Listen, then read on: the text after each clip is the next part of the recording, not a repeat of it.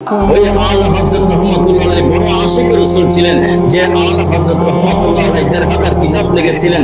আলা হযরত রাহমাতুল্লাহ আলাইহি ১৫০০ কিতাব লিখেছেন। বাতিলরা যখন বিভিন্ন প্রশ্নে বিভিন্ন লিখনিতে নবীর শানে বিয়াদবি করলো, নবী পাকের শানে যখন গুস্তাখি করলো, আলা হযরত রাহমাতুল্লাহ আলাইহি ডান হাতে নবী পাকের শান লিখতেন।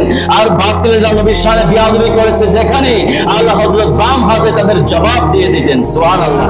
ওই আলা হযরত রাহমাতুল্লাহ আলাইহি বলেছিলেন যে, হে ভক্ত মুরিদানেরা, আমি দুনিয়া থেকে চলে যাব, আমি পর্দা করব, ইন্তিকাল করব, কারণ আল্লাহর হুকুম কোরআনে কারীমের আয়াত, কুল্লু নাফসিন যায়িকাতুল মাউত, প্রত্যেক প্রাণী মৃত্যুর স্বাদ গ্রহণ করতে হবে।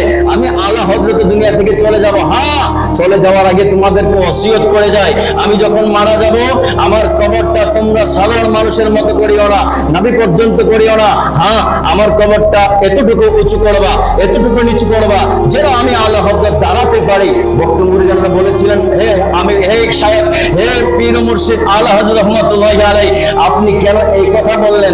দুনিয়ার মানুষের কবর তো পুরুষদের জন্য নবী পর্যন্ত হয়, মহিলাদের জন্য বুক পর্যন্ত হয়, কিন্তু আপনি আলা হযরত বললেন যেন দাঁড়াতে পারেন, এতটুকু উঁচা করার জন্য কবর। কারণটা কি?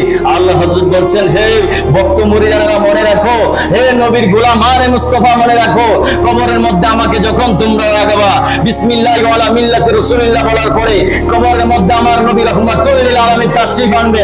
যখন ফেরেশতারা আমাকে প্রশ্ন করবে, এই লোকটা সম্পর্কে তোমার ধারণা কি ছিল, আমি আল্লাহ হযরত শুয়ে শুয়ে বসে বসে উত্তর দিব না, আমি দাঁড়ায় দাঁড়ায় বলবো, ইয়া নবী সালামু আলাইকা, ইয়া রাসূল সালামু আলাইকা, ইয়া হাবিব সালামু আলাইকা, মুস্তাফা জানে রহমত পে লাখো সালাম। আমি দাঁড়ায় দাঁড়ায় নবী পাককে সম্মান জানাবো। সুবহানাল্লাহ। আর তিনি ছিলেন আলা হযরত এই মাসের 25 সফর, যার ওফাতে মোবারক।